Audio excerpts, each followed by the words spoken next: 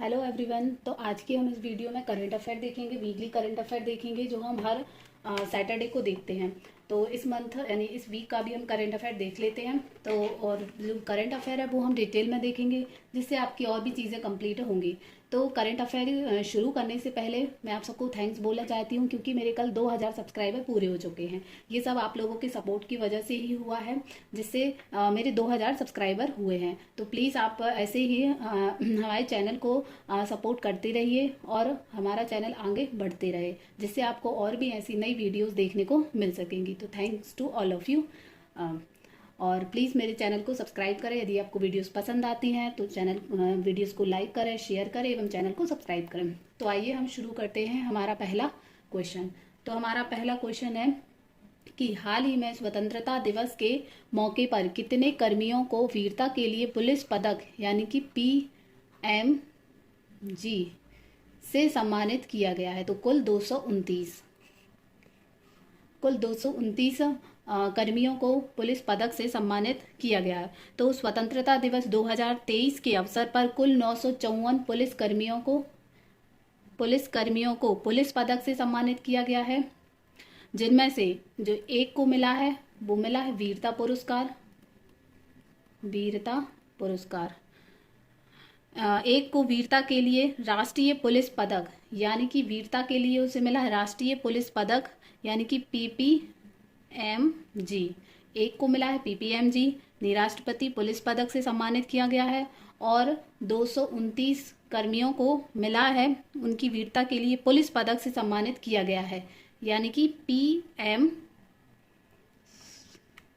PMG जो कि इधर लिखा है।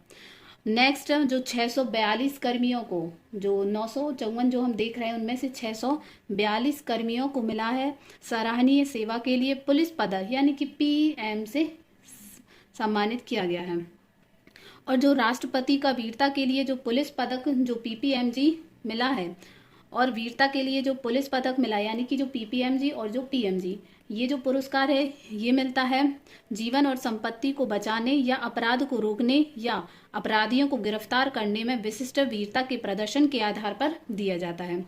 और जो विशिष्ट सेवा का मिला है और विशिष्ट सेवा के लिए, और जो 82 जो कर्मियों को मिला है विशिष्ट सेवा के लिए, विशिष्ट सेवा, और जो 82 कर्मियों को जो विशिष्ट सेवा का अवार्ड मिला है वो मिलता है विशिष्ट सेवा के प्रदर्शन के आधार पर किया जाता है। और विशिष्ट सेवा के लिए राष्ट्रीय जो पुलिस पदक यानी जो PMG है वो मिलता है उनकी सेवा में उत्कृष्ट रिकॉर्ड के लिए प्रदान किया जाता है। और सराहनीय सेवा के लिए पुलिस पदक संसाधन और कर्तव्य के प्रति समर्पण आधारित मूल्यवान सेवा के लिए प्रदान किया जाता है। तो ये थे कुल 954 पुरस्कार जो स्वतंत्रता दिवस यानी कि 15 अगस्त 2023 को प्रदान किए गए हैं।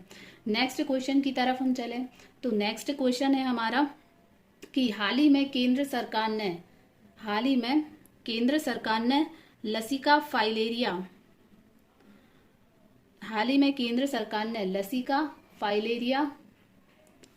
फाइलेरिया को खत्म करने के लिए कब तक का लक्ष्य रखा है। तो ये लक्ष्य रखा है सन 2027 तक का। हाल ही में केंद्रीय स्वास्थ्य मंत्री ने लसिका फाइलेरिया के लिए वार्षिक राष्ट्रव्यापी मास ड्रग एडमिनिस्ट्रेशन यानी एक पहल थी MDA पहल के दूसरे चरण का उद्घाटन किया। ये जो लसिका फाइलेरिया एक तरह की एक गंभीर बीमारी है और उसी के लिए एक लक्ष्य रखा है 2027 तक। और उस भारत का लक्ष्य एक मिशन संचालित रणनीति के माध्यम से वैश्विक लक्ष्य के 3 वर्ष पहले वर्ष 2027 तक लसिका फाइलेरिया का उन्मूलन करना है। जो वैश्विक स्तर पर है वो लक्ष्य 2030 तक, तो जो भारत में है वो लक्ष्य रखा है इसके 3 साल पहले यानी कि 2027 तक हमें लसिका फाइलेरिया को खत्म करना है। अब हम इस लसिका फाइलेरिया के बारे में जानें कि ये किस तरह की बीमारी होती है। तो ये आमतौर पर इसे हम हाथी पांव बोलते हैं। हाथी पांव आप लोग ने सुना होगा, हाथी पांव रोग। ये एक समय पर फैली थी ये बीमारी काफ़ी कुछ साल पहले, लगभग 15-20 साल पहले मान सकते हैं, या आप 10-15 साल पहले ये एक टाइम पे ये फैली थी। हाथी पांव रोग के रूप में इसे जाना जाता था। ये जो बीमारी होती वह परजीवी संक्रमण के कारण होने वाला एक उपेक्षित उष्णकटिबंधीय रोग है जो संक्रमित मच्छरों के काटने के कारण होता है। ये जो होता है वो मच्छरों के काटने के कारण होता है और यह रोग विश्व के उष्णकटिबंधीय एवं उपोष्णकटिबंधीय क्षेत्रों में लाखों व्यक्तियों को प्रभावित करता है। तो ये था लसिका फाइलेरिया के बारे में। नेक्स्ट क्वेश्चन की तरफ हम चलें तो नेक्स्ट क्वेश्चन है हमारा कि हाल ही में स्टेट बैंक ऑफ इंडिया यानी कि एसबीआई की रिपोर्ट के अनुसार भारत वर्ष 2027 तक विश्व की किस नंबर वाली अर्थव्यवस्था बन जाएगा। तो ये बन जाएगा थर्ड यानी कि तीसरी अर्थव्यवस्था। एसबीआई रिसर्च ने अपनी इकोरैप रिपोर्ट में कहा है यदि भारत अपनी वृद्धि की मौजूदा दर को बरकरार रखता है तो यह जापान और जर्मनी जैसे देशों को पीछे छोड़कर सन 2027 में दुनिया की तीसरी सबसे बड़ी अर्थव्यवस्था वाला देश बन सकता है। इससे पहले जो एसबीआई रिसर्च ने उम्मीद जताई थी कि भारतीय अर्थव्यवस्था सन 2029 तक यह तीसरी अर्थव्यवस्था को प्राप्त कर लेगा, लेकिन अब उसने बताया एसबीआई की रिसर्च की जो रिपोर्ट उसमें बताया कि अब 2027 तक एक लक्ष्य को हम प्राप्त कर सकते हैं। इसके कुछ आंकड़े भी एसबीआई ने पेश किए हैं जिसके बारे में हम जान लेते हैं। वैश्विक स्तर पर सकल घरेलू उत्पाद में भारत की जो जीडीपी का हिस्सा फिलहाल 3.5% है, यानी कि जो विश्व की जो जीडीपी में भारत का योगदान 3.5% है, जो 2014 में कुल मात्र 2.6% था। 2014 में ये था 2.6% और अब वर्तमान में 3.6% है। तो इसमें हमें लगातार वृद्धि देखने को मिली है और एक संभावना ये भी जताई जा रही है कि यह 2027 में इसके 4% तक पहुंचने की संभावना है।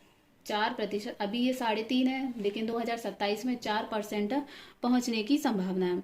एसबीआई रिसर्च ने यह भी कहा है कि अनुमानों से संकेत मिलता है कि जब भारत वैश्विक अर्थव्यवस्था में तीसरा स्थान हासिल करेगा उस समय तक कम से कम दो भारतीय राज्य में हम एक महाराष्ट्र को लेते हैं, ये एसबीआई ने अपनी रिपोर्ट में कहा, और एक उत्तर प्रदेश को लेते हैं। तो महाराष्ट्र और उत्तर प्रदेश अर्थव्यवस्था के मामले में 500, ये दोनों राष्ट्र जो है वो 500 बिलियन अमेरिकी डॉलर के निशान को पार कर जाएंगे। और इकोरैप रिपोर्ट के अनुसार 2027 में प्रमुख भारतीय राज्यों का जीडीपी आकार जो है, मतलब कुछ भारतीय राज्य यानी इन्हीं भारतीय राज्यों का जो आकार जीडीपी रेट होगा, जीडीपी जो वो होगा आकार होगा, वह है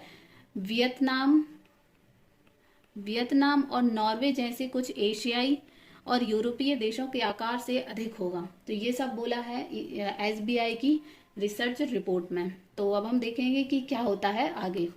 नेक्स्ट क्वेश्चन की हम बात करें तो नेक्स्ट है हमारा हाल ही में किस राज्य सरकार ने अपने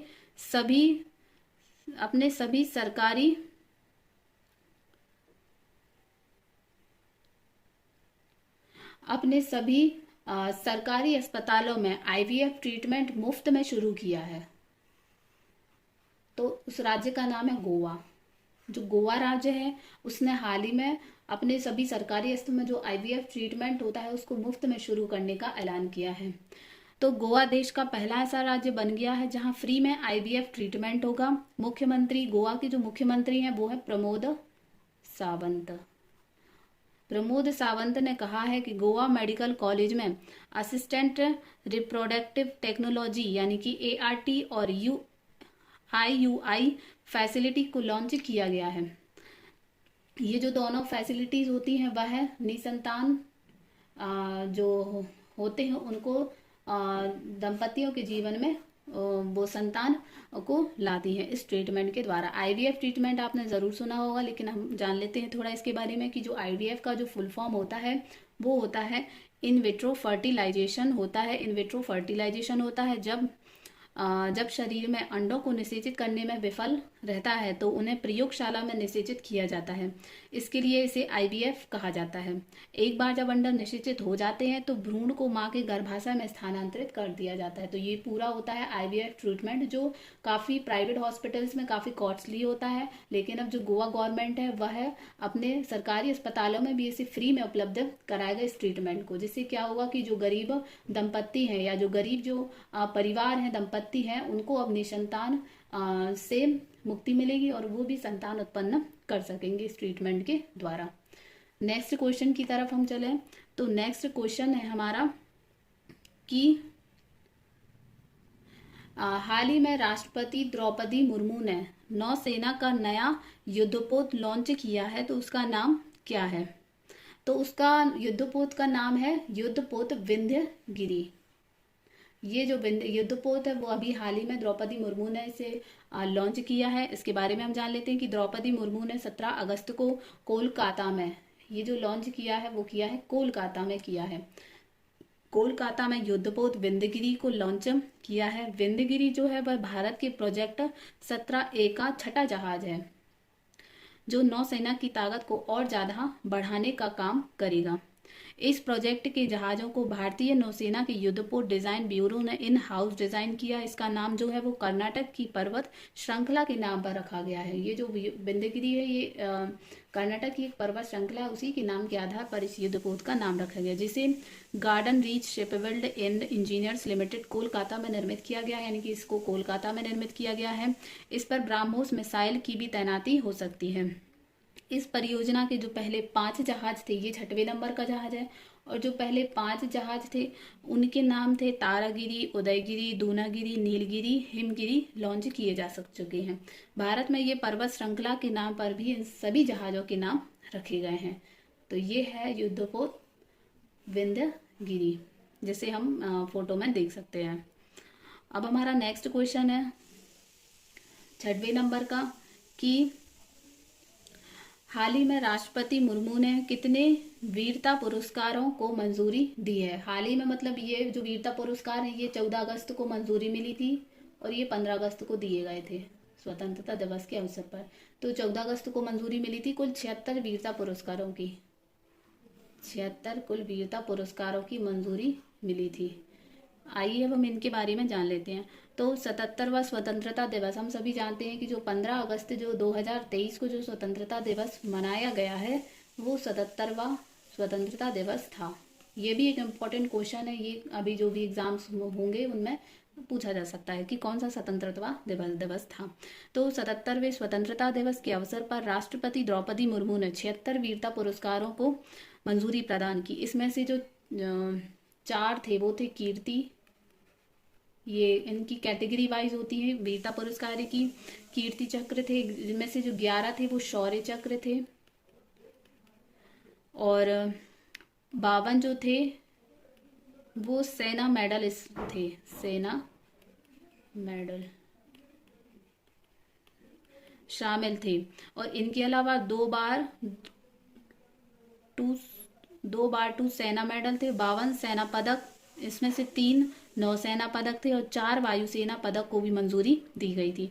जो अशोक चक्र के बाद सबसे बड़ा वीरता पुरस्कार हम सभी जानते हैं भारत में अशोक चक्र होता है। उसके बाद नंबर आता है कीर्ति चक्र का। कीर्ति चक्र है वह भारत का दूसरा वीरता पुरस्कार है, और कीर्ति चक्र के बाद शौर्य चक्र आता है तीसरे स्थान पर। शौर्य चक्र तीसरे स्थान पर आते हैं। ये सबसे बड़े शांतिकालीन वीरता पुरस्कार हैं जो जिसे द्रौपदी मुर्मू के द्वारा प्रदान किए गए हैं। नेक्स्ट क्वेश्चन की तरफ हम जाएं तो नेक्स्ट क्वेश्चन है हमारा कि पंडित जवाहरलाल नेहरू और इंदिरा गांधी के बाद देश में सबसे ज्यादा बार लाल किले से तिरंगा फहराने वाले प्रधानमंत्री बने हैं वर्तमान के प्रधानमंत्री नरेंद्र मोदी जी। तो सबसे ज्यादा बार झंडा फहराने वाले प्राइम मिनिस्टर हैं जवाहरलाल नेहरू। दूसरे नंबर पर आती है इंदिरा गांधी का नंबर आता है, उन्होंने 16 बार लाल किले पर राष्ट्रीय ध्वज फहराया, यानी कि जवाहरलाल नेहरू ने भी और इंदिरा गांधी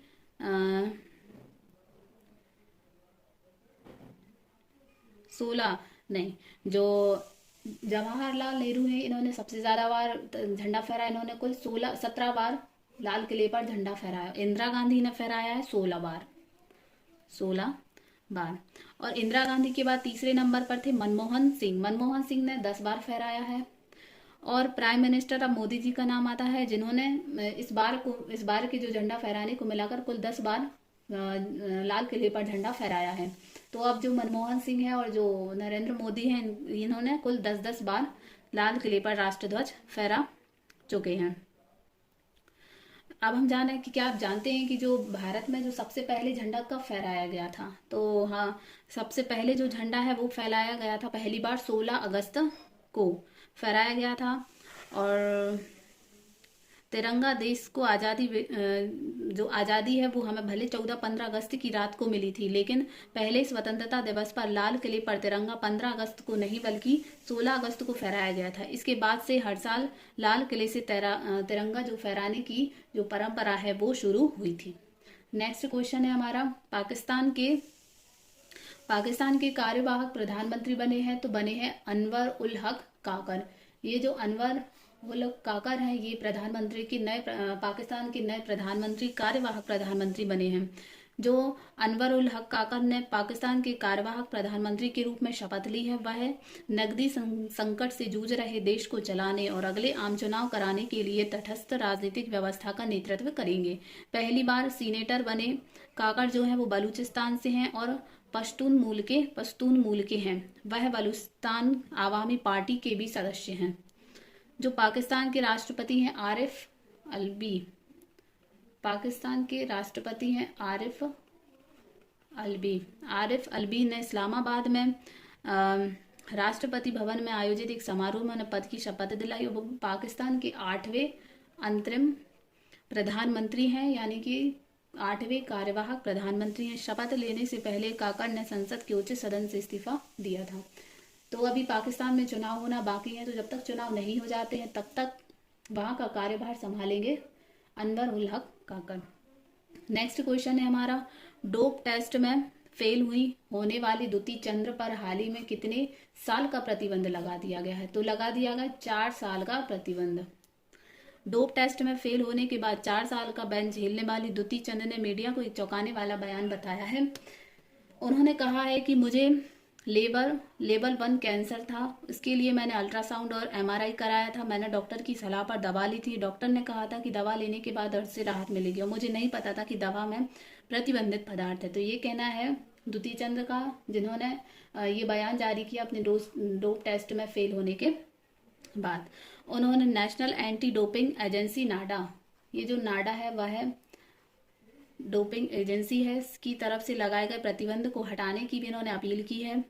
और अब ये जो डोप टेस्ट में ये जो फेल हुई हैं और जो 4 साल का प्रतिबंध लगा है, इससे बाद से अब वह किसी भी राष्ट्रीय या अंतर्राष्ट्रीय खेल में भाग नहीं ले पाएंगी। अब हम ये जानते हैं कि कब तक रहेगा प्रतिबंध। तो जानकारी के मुताबिक नाडा ने 5 दिसंबर 2022 को द्युति चंद का सैंपल लिए जाने के बाद से खेलों में उनके द्वारा हासिल किए गए सभी रिकॉर्ड, पदक, पुरस्कार और अंक को खारिज कर दिया था। द्युति पर यह प्रतिबंध जो है वह जनवरी 2023 से लागू रहेगा। जनवरी 2023 से लागू रहेगा और यह प्रतिबंध जनवरी 2027 तक लागू रहेगा। द्युति अपनी सजा के 21 दिन के भीतर ADP के समक्ष पुनर्विचार के लिए भी आवेदन कर सकती हैं। नेक्स्ट क्वेश्चन है हमारा कि हाल ही में किस ग्रह का अध्ययन करने वाला भारत का पहला अंतरिक्ष मिशन आदित्य L1 प्रक्षेपण के लिए तैयार हो गया है? तो सूर्य। ये जो आदित्य L1 है भारत का पहला अभियान है जो केवल सूर्य के अध्ययन के लिए पूरी तरीके से समर्पित है। अंतरिक्ष यान पृथ्वी और सूर्य के बीच खगोलीय तंत्र के एक खास बिंदु, जिसे L1 भी कहते हैं, पर स्थापित कर दिया जाएगा। इस मिशन को सितंबर के पहले सप्ताह में लॉन्च किए जाने की संभावना है। और इसरो अधिकारी ने बताया कि UR राव सैटेलाइट सेंटर में तैयार किया गया ये जो सैटेलाइट वह आंध्र प्रदेश के श्रीहरिकोटा स्पेस पोर्ट पर पहुंच गया। इस मिशन के मुताबिक स्पेस क्राफ्ट को सूर्य पृथ्वी प्रणाली के चारों ओर एक प्रभाव मंडल कक्षा में रखे जाने की उम्मीद है, जो पृथ्वी से लगभग 1.5 मिलियन किलोमीटर दूर है। इसरो ने यह भी कहा है कि L1 बिंदु के आसपास हेलो कक्षा में रखे गए सैटेलाइट को सूर्य को बिना किसी ग्रहण या ग्रहण के लगातार देखने पर एक बड़ा फायदा होगा। इससे वास्तविक समय में सौर गतिविधियों और अंतरिक्ष मौसम पर इसके प्रभाव को देखने का अधिक लाभ मिलेगा। अब ये मिशन क्या होगा? ये जो मिशन है वह प्रकाश मंडल, क्रोमोस्फियर और सूर्य की सबसे बाहरी परतों का निरीक्षण